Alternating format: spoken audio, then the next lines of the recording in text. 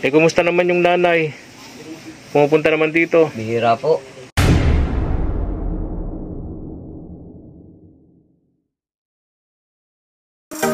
Good morning everyone. Isang mapagpalang umaga po mga katuwang.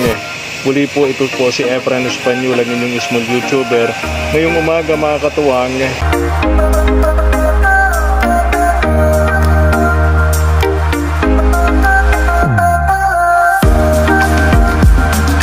isang mapagpalang umaga po mga katuwang. 2 araw matapos yung napakalakas na bagyong Christine na nagdulot po ng sobrang mga pagbaha dito po sa aming lugar sa Bicol Region. Pupuntahan namin dito kasama ang kaagapay sino Mark and Mayura Giselle, syempre si Papa P. Pupuntahan natin yung pamilya dito ni Jeremy, yung anak po ni Ate Jenalyn mga katuwang. Bisitahin po natin, update namin kayo. Nabalitaan po kasi natin yung isa nilang kapitbahay nag-message sa atin na nung isang araw daw po sinumpong na naman ng sakit itong si Jeremy. Nagwawala na naman at sa sobrang lakas hindi na po makayang awatin ng pamilya. Yung tatay hindi na po makapaghanap buhay dahil lagi na lang nakabantay dito kay Jeremy. Ganun din yung mga kapatid, na rin makapasok sa paaralan yung mga bata dahil nakabantay nga rito kay Jeremy mga katuwang.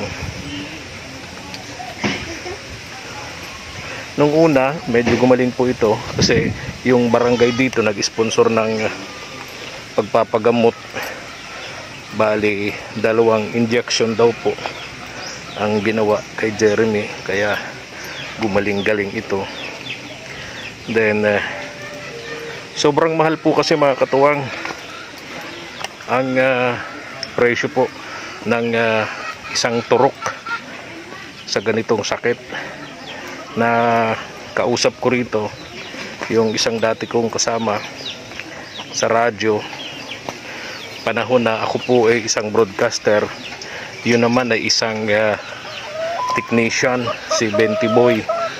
Nabanggit po niya sa akin na ang presyo daw po ng isang turok ay 3,000 6 to 7,000 pesos isang turok. Napakamahal. Ayan, ito na po.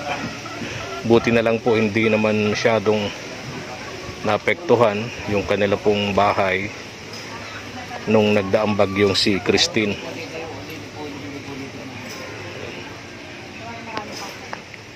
Maraming salamat sa ating mga katuwang abroad kasi napaayos po natin yung bahay nila mula dun sa dating wasak-wasak ang dingding, tuluan, sira-sira po ang bubong.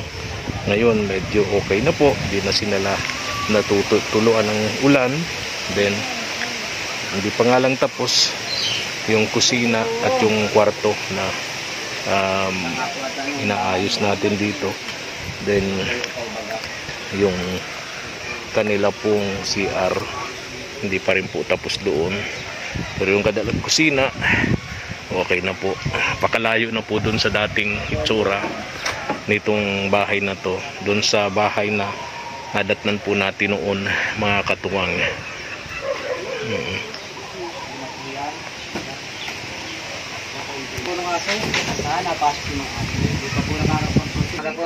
Gandang umaga. Kain na po kayo.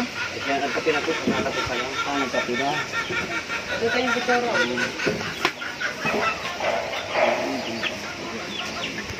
CJ po. CJ, blessed dun kay Kuya JM. CJ po. Hello. Ito ang kamukha oh. Mayura kamukha ni Ate Jenalyn. Ito oh, JM oh. Kamukha ni Ate Jenalyn. Teo, kamukha ni Ate Jenalyn. Jenalyn na Jenalyn. Hello Toy. Kumusta ka ha? Ayos naman. Okay ka na? Okay lang sa'yo. Nakamukha mo si baba mo. Okay lang sa'yo. Okay lang. Baka yung bata. hindi nila tanggap, napili sila ng kamukha nila. Depende kung gusto nila yung papa o mama. Ito yung gagawin sana namin yung Si Papa Kwarto. kamukha nito. kwarto ni Piolo, iya talaga. Jeremy. Ayan. Kusina nila medyo okay na, kulang pangalan doon yung lutuan mga katawang. Ano baga po, sama baga po ng Kaya nga buti na lang hindi kayo masyadong tinamaan nung bagyong si Christine, ano? Malakas din po. Malakas din. Malakas din. Hindi masyadong malakas yung hangin. Ang dalan yun grabing ulan. Ulan. Kaya nga maraming lumubog sa baha, no? Yung nga pong mga balon nga po dyan ay... Siguradong tubigan yun. Hindi po Bumagsak yung mga balon. Mabuti walang tao sa loob. Buti nga daw po, nakaahon. Nako. Kung di nakaahon, ay... Eh, Bus yun. kayo muntik na rin. Ay, dito lang naman po ako. Di ka nakakaalis dahil dito kay Jeremy, ano? Lagi ka raw nakabantay dito kay Jeremy. Ha? Manong malak yan. Lagi kayo nakabantay? Di na kayo makapagtrabaho, ano? Hindi na po. Ha? Hindi po. Di na kayo makapagtrabaho. Di ba nung alis ko dito, okay na tayo, di ba? Kaya nga po, ay pag po yung ano po nung gamot ay ano, uubusan ay ganyan talaga. Pag naubusan ng gamot, ang problema natin kuya sa amin, napakamahal ng gamot. Napakamahal din yung turok, ano? Grabe. Noong una, may 2 turok na inisponsor ang barangay, di ba? Kung di ako nagkakamali. Nung kahapon po sana yan ay wala na magawa po kahapong opisina. Kaya nga, hanggang ngayon, walang opisina. Wala po, sa Lunes sa daw. Tama. Meron na pong ano po dyan gayon. Ano? Buti nga po't nagkalma. Kaya nga, 2 araw matapos yung bagyo ngayon pa lang kami nakarating dito kasi Kaya nga po. grabing putik sa daan. Di pati Kasi nga yung mga pagbaha sa kalsada, grabe. Di pati po kaya ang ano nun, ang Motor. hangin. Oo, tama. Ito. Angel May, tinapay Angel May, bigyan mo sila ha. Walang pasok ngayon, halos 1 linggo nang walang pasok. Ano, Kuya Sammy? 1 linggo talaga po ngayon. Hindi ka na rin makapagtrabaho. Hindi na, wala na. Sabi ko, ano na tayo. Sabi nung ka-text ko rito, nagwawala daw. Halos tulad na naman nung dati. Kaya nga po. So, anong ginagawa mo? Ay wala po, talaga pong pinagtsatsagaan ko na lang. Sabi ko, kahit na anong mangyari, kapatid naman ninyo kako ito. Pati yung mga bata, di na nakapasok sa school. Dahil nagbabantay na rin. Kumusta naman yung nanay? Pumupunta naman dito? Bihira po. Bihira na? Bihira. Bihira na siyang pumunta. Po. Sabi ko, pag walang paano, pumunta kayo doon. Pag baka may pera ka po, umutang na muna kayo. Oo. Yung huling punta ko rito ng 1 linggo, may pinabibigay akong 1,000, binigay ba? Binigay po sa ano, Okay. sa mga ano po. Tama naman. Hindi naman po ako nangialam po. Okay. Binigay kay Jeremy. Okay. Panggastos-gasto naman ng bata, ano? Kasi siyempre, pag nagutom siya, may pambili-bili siya, ano? Ano nga po ang ano, yun nga po ang problema. Baka kung ito sa ano lang, pag nagugutom, mainit ang ulo. Kaya nga, tingin mo, nagugutom ba minsan? Hindi naman po kasi talaga pag inaabot ay ganyan talaga po. Tsaka yung gamot kailangan, ano? Yung gamot. Lubog yung barangay hall ninyo dito. Grabe. Kita ko, Bubong lang ang ano, bubong lang ang nakita ng tricycle. Kaya nga. Oo. So, paano yung mga papel doon sa barangay hall? Ayun nga po ang problema. Pagdaan ko nga po doon kahapon ay yung mga upuan, mga nasa labas lahat. Nako, yung mga magkakabod rito, tulad mo, syempre, yung mga bahay nun, siguradong lubog sa baha dyan sa bundok, no? Ay di po, mataas naman po dyan. Mataas. Bali, wala Ibig sabihin, yung mga balon na nilulusong nila, yun ang delikado. Lalo kung may tao sa loob, ano? Saka po ngayon pong buwan, delikado talaga pong magpasok-pasok ngayon sa balon. Tag-ulan baga po. Kaya ingat ka, ha, Kuya Sammy. Itong mga anak mo, walang ibang inaasahan, kundi ikaw lang. Di ba? Ikaw lang, inaasahan nila. Na lang po siguro, mag-aakaw pag ano, sa ganyan sapa. Ang problema nga, Kuya Sammy, ramdam ko yun, hirap ng buhay kasi pinagdaanan ko yun na tulad mo, ganyan din ang naging papel sa amin ng tatay ko. Siya yung tumatayong nanay at tatay sa aming magkakapatid. Ramdam ko yun.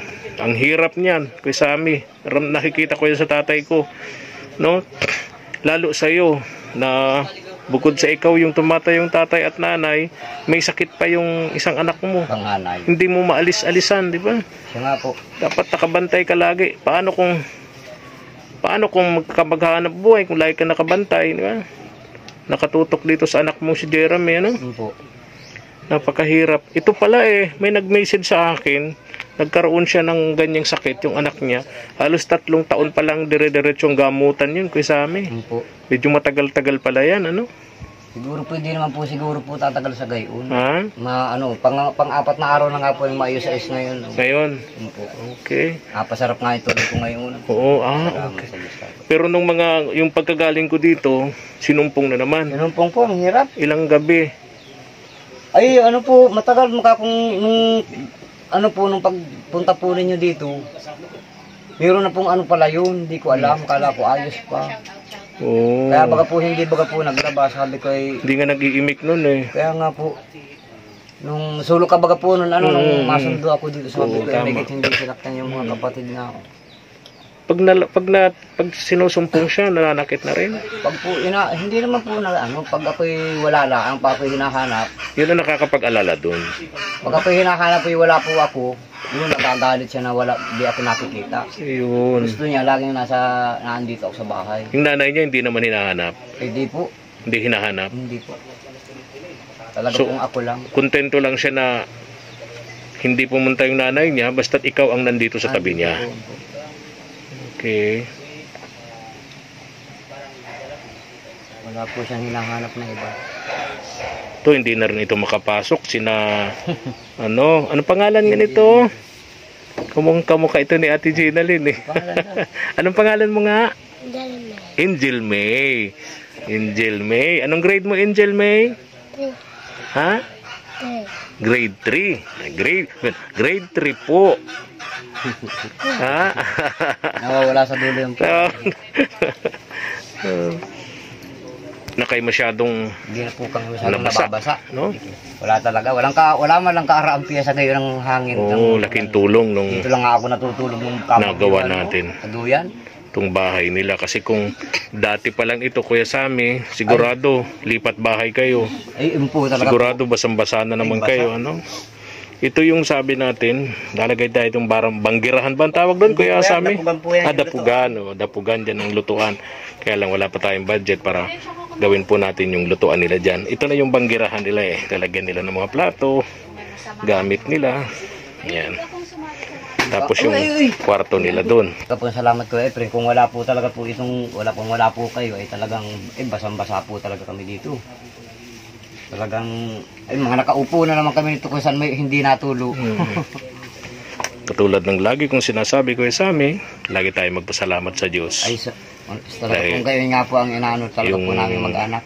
Yung Panginoon natin, Jesus Christ, gumagamit po ng mga tao, kasangkapan, para matulungan po ang mga tulad ninyo. Kung hindi talaga kayo at kayo lang naman po nagpaayos talaga po baga po nito. Yung mga katuwang natin abroad na tumutulong sa atin.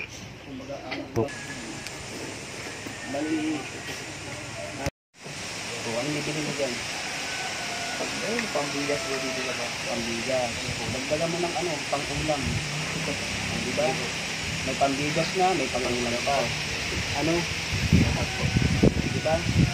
Baka wala kang pang-ala-allowance dyan. O pang-ala-allowance. Allowance sa buwan. Oo. Maling mo kasi minsan, mga extra tayong bilihin, diba? Bili ka ng sibuyas, bawang, anong bibili mong ulam kung sakali? Baboy. At pambili mo ng mga sahog-sahog. Halimbawa, yung magic sarap, di ba? Bawang, Bawang, sibuyas, langis. Ilan na yan? Ilan na yan? Ha? 4,000 na. Okay na yan? Malaking tulong na. Pambili ng mineral water. Ay, magbili ka ng mineral water. Importante na. Ilan na yan? 5,000 na. Yan ay pinabibigay sa inyo ng Ma'am Nancy. Salamat po Ma'am Nancy sa tulong. Malaking tulong na po ito. Kung sa ay panggagastos dito sa bahay. Malaking tulong. Saka pambili niyang gatas. Pambiling gatas. Ang importante, bibili ka ng gatas. Hindi po. Pag nawawan, pag kinakapos ay tamang kape-kape na lang. Pero siyempre, kayo nang bahala mag-budget yan. Kami na po ba? Huwag mong kalimutan yung magandang offer sa Ma'am Nancy. Ang gagawin mo na lang ngayon, magpagaling na magpagaling. Ano? Libangin mo yung sarili mo. Kasi next year, maaral ka. Oo, galing. O, di ba? Ngayon sinasabi ko dyan eh. Pagpagaling ka at may mga tutulong sa'yo. Di ba? Sikapin po. Kasi inalok siya ni Ma'am Nancy na Hmm. pag-aaralin siya. Basta disirido siya, ang gusto ni Ma'am Nancy ngayon, magpagaling. Magpagaling. Sabi man niya, tinutunan daw siya, gusto niya mag-aaral talaga. Sa ngayon, ang naisip mong course, business ad. Pero malay natin nga kung po mag-aaral. namimiss mo na mag-aaral. Mahilig din po ako magsali-sali sa mga ano, halimbawa yung mga presidente. Ano sa school. Valedictorian siya, JM. Tatamis na po mag-aaral talaga. Pero kaya ni Ma'am Nancy, sikapin ko po pagaling pa ng palakas pa ng katawan para hindi na nabalik po yung stress. Minsan po na-stress talaga. Kasi, alam mo, pakiramdam mo sa'yo, malakas naman yung katawan mo. Ang kailangan palakasin mo, yung isip mo. Yan ang kailangan palakasin mo kasi natatalo ka. Gawa siguro ng sobrang stress, kaya isip, naghahalo-halo na. Doon ka na nawawala sa sarili, di ba? Kailangan magpagaling ka. May iniinom ka bang mga gamot? May inaano siyang gamot? Wala na daw. Wala na. Wala. Makuha pa daw po sa barangay. Wala pa naman pong ano ngayon. Wala pang available. Available lang. Pero nagsabi na sila kung kailan sila may available ulit. May schedule daw po, Miyerkules po ata. Tuwing Miyerkules. Ating Miyerkules. May turok pa nga po sa akin binibigay, isa. May isa pa daw po turok. Para din po yun sa ano ko, para ma-relax po yung isip daw. Yun po daw yung gamot. Kailan ka tuturukan? Pwede po sana ngayon kung gugustuhin ko. Bahala daw po ako kung ano. Wala lang opisina ngayon eh. Walang opisina. Yung barangay nila, lubog sa baha. Lubog na pala sa baha. Siguro kung kailan sila maging available na ano. Masabi na lang po. May mga kagawad naman po dito. Sabay sa amin. Masabi na lang po sila kung yung schedule po. Sinabi sa akin kahapon. Tuwing Miyerkules daw po. Kuha ng gamot. Sabi sa akin. Pinasamahan din po ako ng tiyuhin kung ano ay barangay Tano. Yun po ang nag-a-assist sa amin sa barangay. Yun lang po. Thank you po. Bali, basta usapan natin ha. Magpagaling ka at next year, ma-eskwela ka na. Yun kasi yung offer ni Ma'am Nancy na pag-aralin ka. Ano? Kaya thank you so much po kay Ma'am Nancy. Ayan. Isa si Ma'am Nancy sa mga sponsor kaagapay natin na talagang tumutulong. Napakabuti nito ni Ma'am Nancy. Kaya huwag mo sayangin yung pagkakataon. Gabarad ko na po yung opportunity na yun para Tama. po yun nga po, makatulong din kay Papa. Halimbawa nakatapos ng pag-aaral, katulong dito kay Papa ko para makaluwag-luwag naman po dito. Gastusin.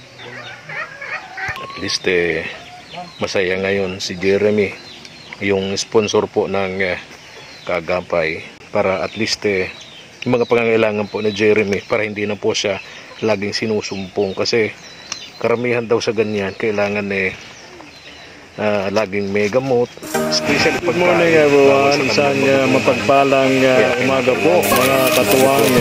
Muli po ito po si Efren Espanyol, ang inyong small YouTuber. Ngayong umaga mga katuwang,